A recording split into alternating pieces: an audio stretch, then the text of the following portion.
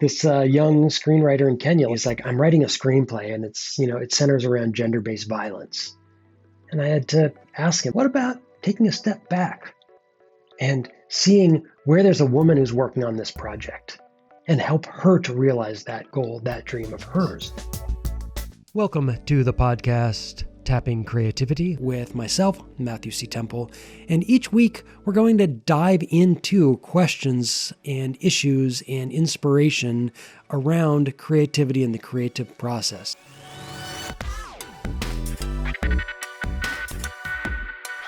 And welcome to this week's episode of Tapping Creativity. And this episode is for the guys. Everyone can listen. There's no one's excluded, but there is a group I'm speaking to specifically. My presumption is that others will relate as well, those who do not identify necessarily as men. And that is really the way our ego gets attached to our work. I've talked about the hero's journey a lot, and one of the parts of that is this burning away of the ego. And you kind of get a good slap down, a good beat down. You think, oh, this is the world really pulling me away from my ego. And then you get slapped down again and realize, oh, that was child's play. It kind of keeps going. And this kind of going through the fire, this purification, this burning that away. That's something that's really universal. Now, however, I feel very strongly that like my identity, how my identity is also around my hopes, my dreams, my vision for myself and how others perceive me.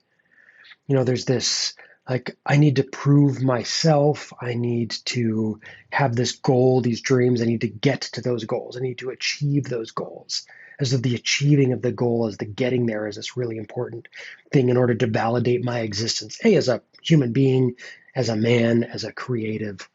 And I've been, kind of dealing with this. I mean, as over 3 years ago, I got rid of everything I owned and went to Kenya. I moved to Kenya with basically a suitcase, a camera bag, and a backpack. And this kind of letting go and this opening up and saying, okay, I'm going to take a little sabbatical. I'm going to write. I wrote a book. I did some really sort of fun projects, but mostly I did a lot of writing and a lot of walking. And it was this just kind of letting go, and it felt so purifying. And after about 9 months, I got to this point where I said, okay, now I am going to begin to bring back into focus what I do. And I started working on a couple of scripts again, and I did workshops for other for filmmakers, and I started to make build relationships in Kenya for making content, making TV series and movies. And as I was building that, and really just as I was about to, we were 2 weeks away from filming a pilot of a series that I was creating, COVID hit. And that was March. And then April and May, and then finally in June, we're like, well, let's get out of here. And we came back to the States. And that was almost 2 years ago. And in that time was now saying, okay, I've been really ready to be focusing and to be doing to validate myself as a member of society, but also as a creator and as a creative. And it's as though each step has been showing me, that's not quite it. And then something else, and that's not quite it. And I did something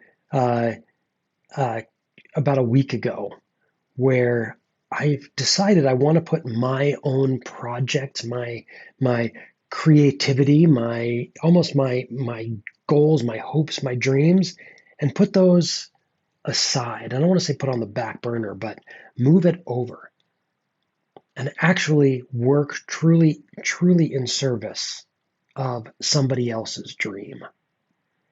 And the concept for that really began when I did go to Kenya and I was doing workshops and I was donating my time, and it was saying, you know what, there are these storytellers, these young aspiring filmmakers in Kenya. A lot of them didn't have cameras. Most of them still don't have cameras, right? So it's like, how do you take your vision and try and make it, say, with a phone? And if you don't even have a phone with a camera, how do you borrow somebody's? How do you, like, what can you build? What can you do in order to create? And there was this thing for me of saying, you know what? I want to hear their stories. And as you know, if you're a storyteller, telling good stories is a challenge. If it was easy, there would always be good movies. Books would always be great.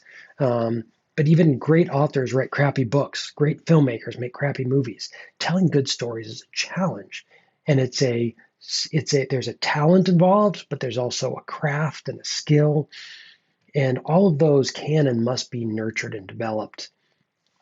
And so I wanted to work with others to help them develop those tools, that craft, in order to be able to tell their stories more effectively. Like, I want to be a part of helping others tell their stories. But there was still this attachment to my own dreams, how they were attached to filmmaking and storytelling. And about 2 months ago, almost, Sarah and I went back to Kenya, and I put everything aside for about 6 weeks of my life and said, I'm just focusing on your social enterprise, Ecodunia. And if you don't know about Ecodunia, it's a beautiful company that Sarah has been developing. ECODUNIA.com. It's worth checking out.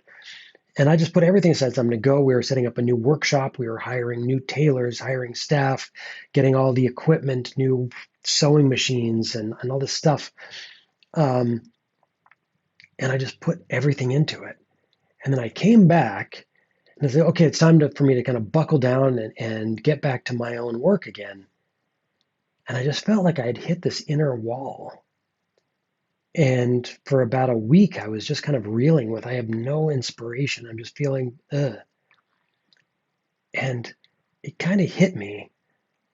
And it didn't only just hit me, it was something I've been trying to avoid being a reality for a while, which is that somebody else has this amazing vision, this amazing hope, this amazing dream. And I can bring my skills, my talent, my passions, and put that in service of somebody else's dream, of somebody else's goal. And I felt deeply inspired and excited, but also really conflicted. And this is why I said this is an episode for the men, because all of a sudden I'm having to say, I'm going to put whatever my goals are as a creator and as a filmmaker and a writer, and I'm going to put those second to being of service to somebody else's as a very, very conscious act. And I'm not going to lie, it's really hard. It's as though just that decision is causing his whole existential crisis. And I don't have to make that decision. I could be like, you know what? No, not doing that. I went to Kenya, helped you for 6 weeks, set up your new workshop and get your hires in and get all the machines and stock up on all the, material and, going to all the different suppliers, the mills, the tanneries, all this stuff, getting everything together. I've done my part. Everything's going now. It's moving. I'm done. But I didn't do that, and I'm not doing that. Instead, there's this other piece of saying, you know what? Actually, I'm sensing that right now, what I'm being called to do is to be of service to your goal, to your hope, to your dream.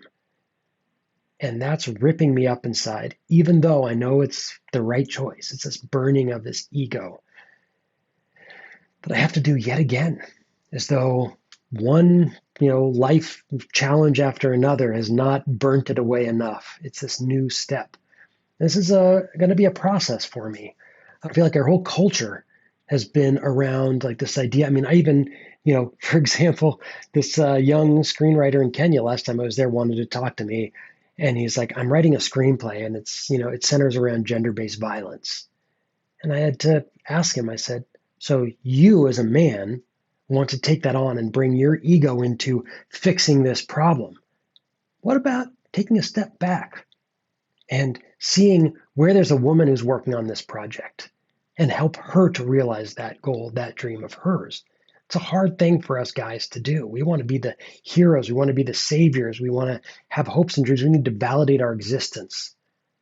I mean, everybody, I think, has that. But culturally, it's really, really built in there for us guys and sort of break that free. And so, whether or not in this moment in time you're ready to give that up, I don't recommend it at all necessarily. But to bring into this question of how can I let go of some of my sort of tight grip on my own hopes and dreams, and in some way and somehow show up and be to some extent there to be of service and in service to someone else's hope and dream. And with that, I wish you an amazing and fantastic creative week, and or a week in support of the hopes and dreams of somebody else, maybe yourself as well. Have a good one. I'll see you next week.